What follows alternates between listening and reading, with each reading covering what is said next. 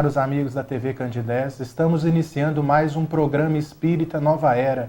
Programa esse que é uma realização da AME, Aliança Municipal Espírita de Divinópolis. E como já é de conhecimento de todos vocês, o nosso programa objetiva levar até os vossos lares os conhecimentos pertinentes à doutrina espírita, os conhecimentos relativos à nossa vida cotidiana e também os princípios básicos que o Espiritismo nos revela.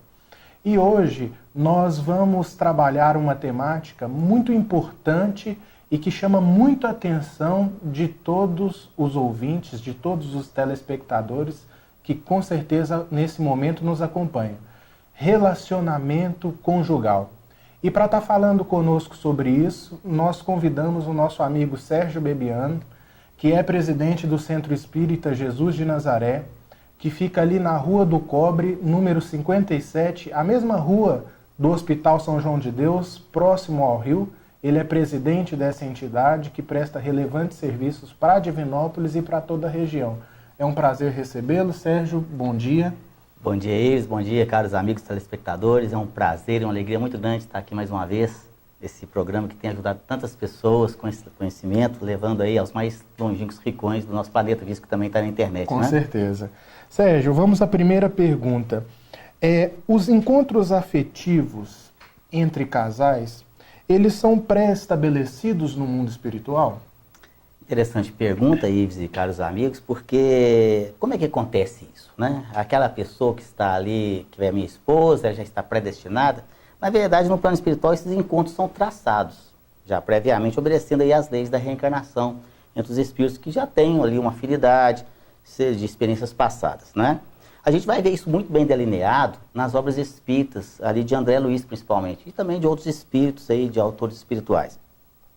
Mas nós somos muito intuídos quando reencarnamos aqui, tá certo? Através dos nossos bons amigos espirituais, em especial do nosso espírito protetor, denominado aí de anjo da guarda, pela Igreja Católica, que vem nos auxiliar, vem nos orientar, para que a gente possa realmente seguir ali e conseguir com êxito os nossos objetivos dessa reencarnação. Mas também, aqui muitas vezes, nós não seguimos essas boas intuições e acabamos nos levando por intuições ali errôneas de espíritos também inimigos nossos do passado, que acabam nos desviando do caminho reto ali a ser seguido. As nossas más tendências. Exatamente, também. leva tudo isso em consideração. A gente já estamos trazendo isso de reencarnações passadas. E acaba, então, nós fracassando, na verdade, nessa empreitada espiritual. Muitas vezes acontece isso. Então, a gente tem que estar muito vigilante com relação a essas questões. É interessante isso, porque tira aquela ideia dos encontros casuais da vida, né? Todo nossos encontros afetivos, eles têm um porquê de ser. E o casamento não seria diferente desse planejamento, né, Sérgio? Não tenho dúvida, né?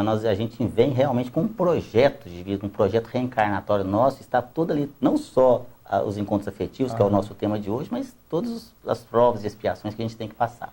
Uma vez casados, uma vez unidos, né? Porque o casamento é aquele rito, aquela formalidade, né? O casamento a gente sabe que se dá entre almas, entre espíritos, que independe de uma formalidade exterior.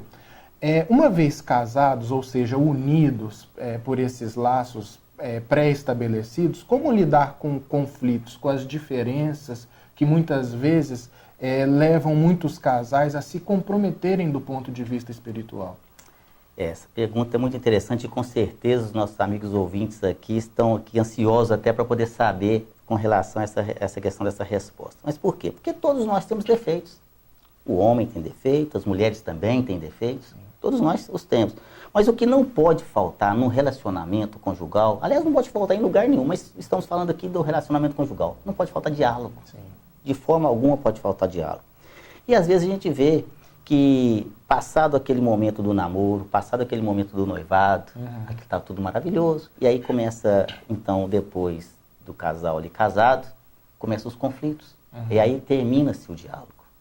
E aí começa a complicar o relacionamento, que pode estar ali depois fadado ao fracasso, por causa da falta do diálogo. É fato que a gente vê aí, na questão das conversas familiares ali do casal, a mulher fala mais, né? A mulher fala bem mais do que o homem, né? É da natureza dela, tá vendo? O homem já é uma pessoa mais recatada ali, porque também é da natureza dele. Sim. A mulher já é mais expansiva, a mulher já é mais extrovertida. A mulher, se ela for no vizinho pegar ali uma xícara de açúcar emprestada, ela tem assunto para meia hora com a xícara. Aí ela fala e conta que tinha um cachorrinho branco e tal. E no final ela fala com o marido assim, e aí, bem, você concorda? Ele termina o diálogo com 2 palavras, e pronto. Mas é da natureza dele. Isso não significa que nós não devamos e nos esforçarmos para que nós possamos mudar para isso, né? Mas o homem foi criado assim também. É uma reminiscência até do primitivismo nosso. Isso, e olha só, você já viu festa de aniversário? O homem na festa de aniversário, ele está naquele cantinho ali, de preferência com um copo na mão para evitar até de bater palma. A mulher está ali expansiva, ela está lá brincando, ela brinca com as crianças, enfim. E ainda tem um outro problema também que gera isso aí, que é a questão do ciúme. O ciúme no sentido do sentimento de posse, né? É meu marido, é minha esposa. E aí começa também a gerar um conflito muito grande entre os casais ali.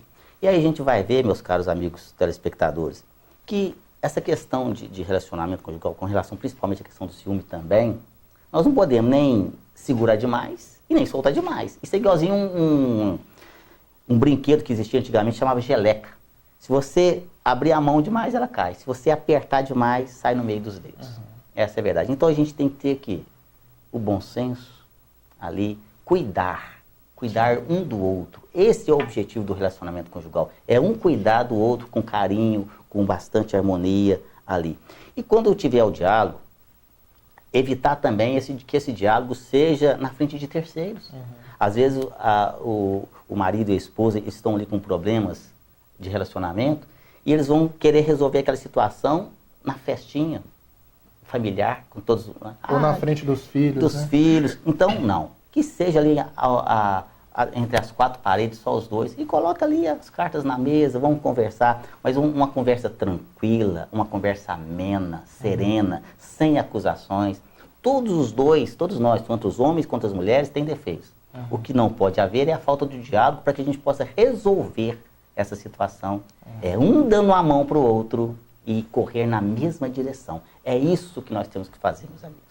E uma coisa que o conhecimento espírita nos favorece, nesse sentido, Sérgio, é o reconhecimento da importância da diferença para o nosso crescimento. Porque muitas vezes um dos fatores que nos levam ao conflito conjugal, ou conflito em qualquer setor da vida, é não respeitar a diferença que o outro me apresenta, no sentido da personalidade, que cada um tem um. Porque no início do relacionamento é muito ilusório aqueles momentos dos primeiros encontros. Às vezes o casal está ali e começa o casal de namorado ali mostrando ali os seus aspectos melhores, né? E com o tempo, como a intimidade ela é altamente reveladora, as diferenças elas vão aparecendo e a gente não pode se iludir, né? Quando o casal está namorando, o homem acha que a mulher não vai mudar e ela muda.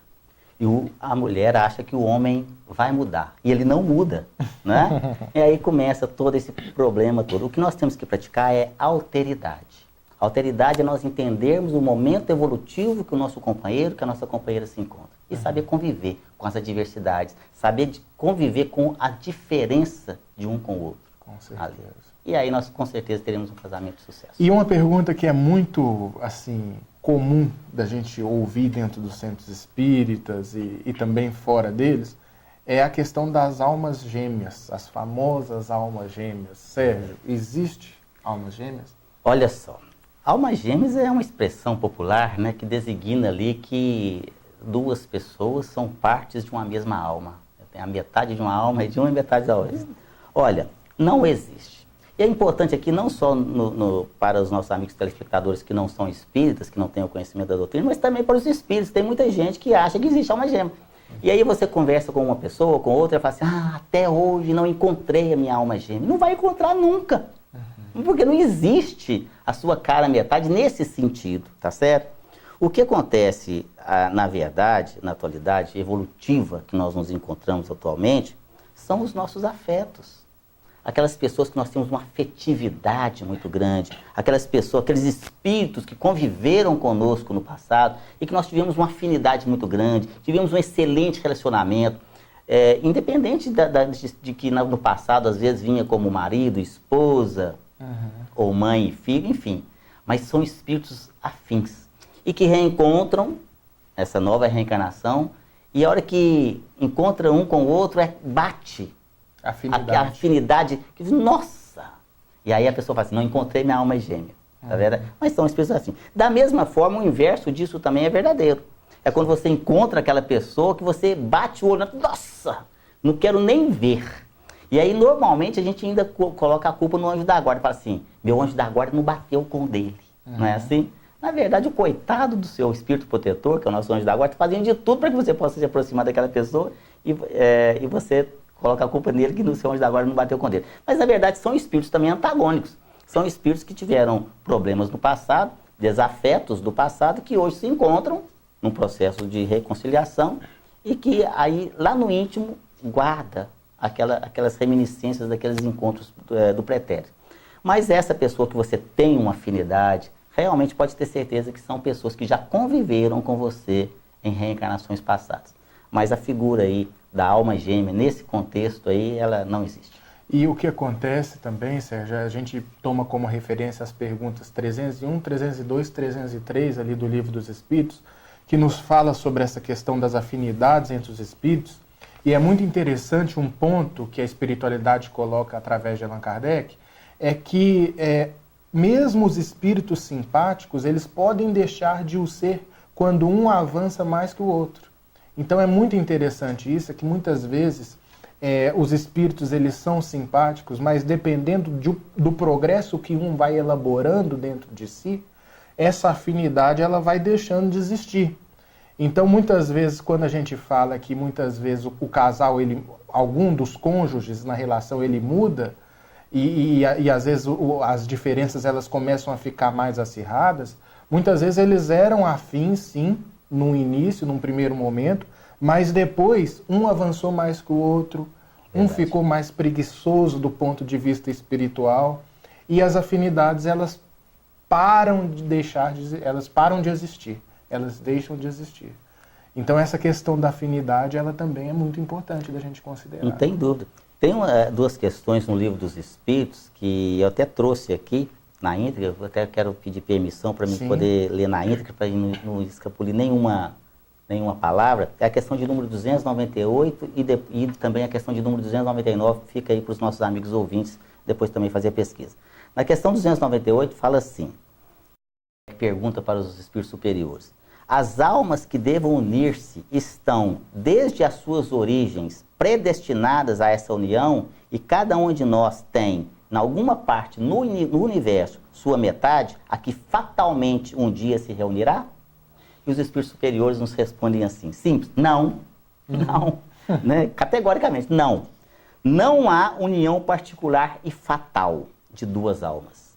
A união que há é a de todos os espíritos, mas em graus diversos, como você colocou, segundo a categoria que ocupam, isto é, segundo a perfeição que tenham adquirido. Quanto mais perfeitos, tanto mais unidos. Da discórdia nasce todos os males dos humanos, da concórdia resulta a completa felicidade. Sim.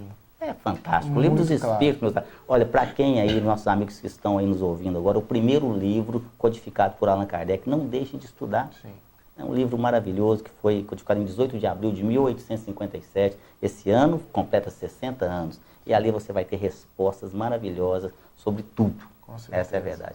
Sérgio, e o que leva um indivíduo à infidelidade com o seu parceiro? Porque é algo também que representa a causa de muitos términos de relacionamento. Essa fraqueza que a pessoa tem que o leva à infidelidade conjugal.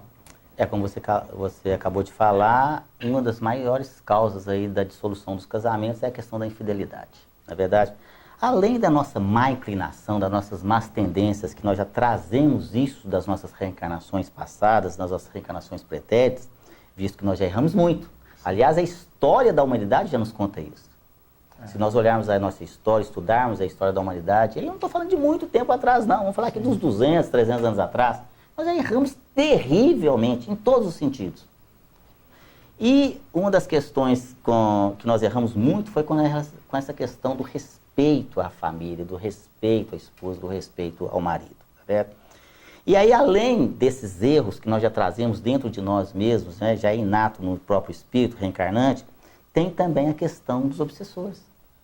E aí entra ali a questão de espíritos, inimigos nossos do passado, que vêm nessa reencarnação ali tentar nos prejudicar, nos levar aí ao fracasso dessa reencarnação. Esse é o objetivo dele. E aí começa um processo, nos intuindo aí aos erros, colocando pessoas na nossa vida, já nos ensina aí várias obras espíritas.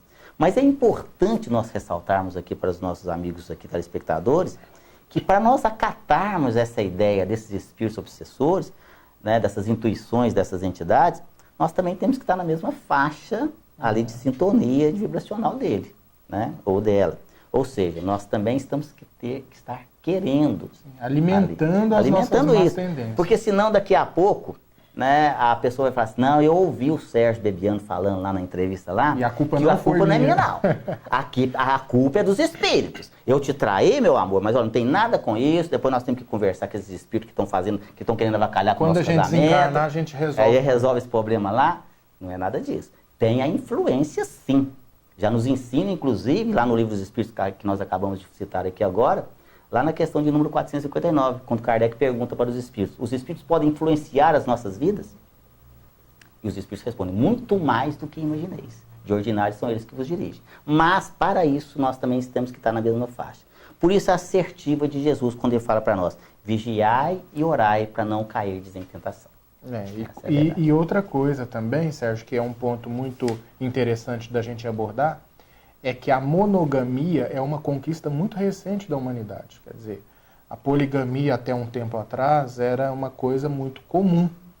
E, de certa forma, essas tendências que a gente traz hoje, que muitas vezes nos leva à infidelidade conjugal, também está atrelada a esse passado em que era prática comum, no sentido até da reminiscência animal, da reprodução, essa questão da poligamia. Então, assim, quando a humanidade chegou a um patamar intelecto-moral de reconhecimento da monogamia como sendo um caminho viável a conquistas mais significativas do espírito, as dificuldades elas passaram a acontecer nesse sentido. Sem dúvida. Pela toda essa bagagem que a gente já traz. Família é tudo, é o princípio de tudo. O princípio de tudo. É? E como desenvolver o amor, já pegando um gancho nessa pergunta anterior, como desenvolver o amor e o respeito colocando a harmonia em primeiro lugar? Difícil pergunta, né? Mais difícil ainda a resposta. Mas olha só, mas não impossível. Na verdade, o que acontece? A primeira coisa que nós temos que fazer, meus queridos amigos, é aceitar a nós mesmos. E também aceitar a outra pessoa, como ela é, com todas as suas qualidades, com todos os seus defeitos ali. Porque nós estamos aqui para evoluir, em todos os sentidos. Espiritualmente, com plena consciência aqui de todos os nossos defeitos aqui nessa nossa reencarnação. Mas olha só, a preservação do romantismo é de fundamental importância para o sucesso do nosso casamento, para o sucesso do casamento duradouro. Sem romance, não se tem relacionamento. E romance não é erotização. Não, de forma alguma. A gente está falando de coisa muito mais profunda, nós estamos falando de amor, de doação, de estar com o outro, de querer estar com o outro, de agradar ao outro. E aí nós podemos fazer assim, porque normalmente, depois do casamento, o casal esfria o relacionamento. Quando está na época do namoro, ali na época do noivado, aquela agarração total, aí casa, aí acaba. Né? E aí não pode. O namoro tem que ser eterno, não é verdade? No início de namoro é tudo de bom. Aquela coisa maravilhosa. Principalmente aí os mais antigos que estão nos ouvindo aqui agora vão relembrar quando a gente namorava na sala, né? E ali era a mãe da namorada lá no sofá, com aquelas agulhas de tricô, de crochê lá, com o olhar assim, ó, desse jeito. De um olho aqui e um outro olho lá, né? Um no peixe, um no gato. E olha lá. E mão com mão só. Ali só de mãozinha dada. E se qualquer coisa... Opa! O pai, né? Na poltrona. Ali, olhar ali. Naquela época não tinha WhatsApp, né? Senão, puxa, sua mãe não vai dar folga, né? Pra sair um beijinho ali, você tinha que levar o sobrinho, levar o irmãozinho mais novo pra ir no cinema, ou dificuldade pra dar um beijinho, né? Aí casa, aí que já não vai ter mais vela, não vai ter mais sogra, aí acaba. Aí acabou o romantismo, não pode. Então, o casal, ele tem que primar pelo romantismo. Às vezes o casal tá ali, e a gente sabe quando o casal tá começando a namorar. A gente sabe direitinho quando é início de namoro. tá lá aquela fungação, aquela apertação, você já isso aí tem pouquinho tempo de namoro. E vai passando, inclusive, na época do namoro também, aquilo vai esfriando, isso aí já tem mais tempo. Tá Quando certo? começa a beijar na testa... Já começa, aquele negócio todo, né? Então, imagina um casal que vai lá na Praça do Santuário, nessa nossa pracinha do Santuário aqui de nós ali, né? Naquela noite bonita de luar. E aí o casal ali, os dois abraçadinho, apertadinho. Tá parecendo que é chifópos. Chifópos é aqueles gêmeos que nascem grudadinho um do outro, assim, sabe? E apertadinho, aí senta no banco da praça, naquela noite bonita de luar, e ele fala para ela assim, ó meu amor, as nuvens negras estão encobrindo o luar. E ela fala, aí ela fala para ele, né? E ele fala para ela assim, ó meu amor, nem as nuvens negras são capazes de encobrir o brilho do teu olhar.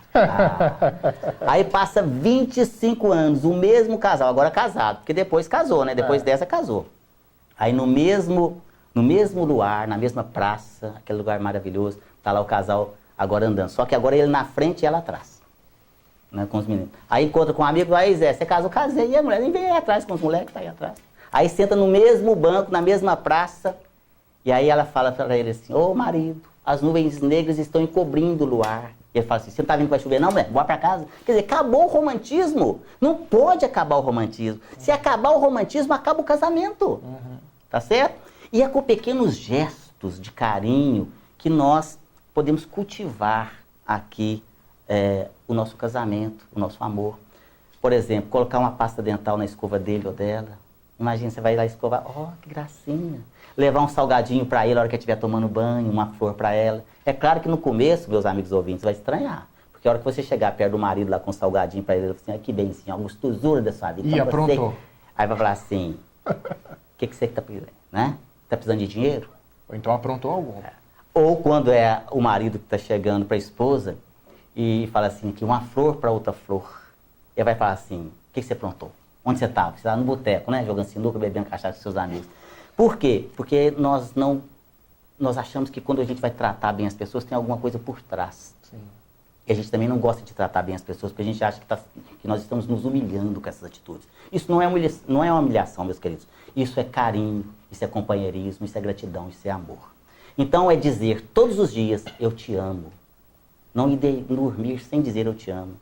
E aí eu pergunto para você, meu amigo, minha amiga ou aqui telespectador, qual foi o último dia que você chegou perto do seu marido, da sua esposa, do seu noivo, da sua noiva, do seu namorado, da sua namorada e disse, eu te amo. Você é importante para mim. Depois que nós desencarnarmos, não adianta mais. Ficar chorando em cima do caixão, pedindo abraço, pedindo perdão. Você perdeu o momento. A hora é agora. Tem uma palavrinha para encerrar aqui. Eu gostaria de falar para vocês, meus queridos, de uma história que normalmente eu conto. Está lá no nosso site, uma palestra de relacionamento conjugal, lá no site do Jesus de Nazaré, www.jesusnazaré.com.br. Basta entrar lá e vai ouvir essa palestra de relacionamento conjugal. Uma história que se chama Nelkeave. Todos os dias, fale para sua esposa, para o seu marido, Nelkeave. Nelkeave significa, nunca esqueça o quanto eu amo você. Faça isso todos os dias e você terá, com certeza, um relacionamento maravilhoso. Nós te agradecemos, Sérgio, a colaboração, os esclarecimentos. Agradecemos também os nossos telespectadores que nos deram a honra da audiência, dizendo ainda que no próximo sábado, às 9h30, esse novo horário, nós estaremos aqui trabalhando outros temas pertinentes à doutrina espírita. E a reprise desse programa vai acontecer às terças-feiras, às 7h30 da manhã. Muita paz e até lá.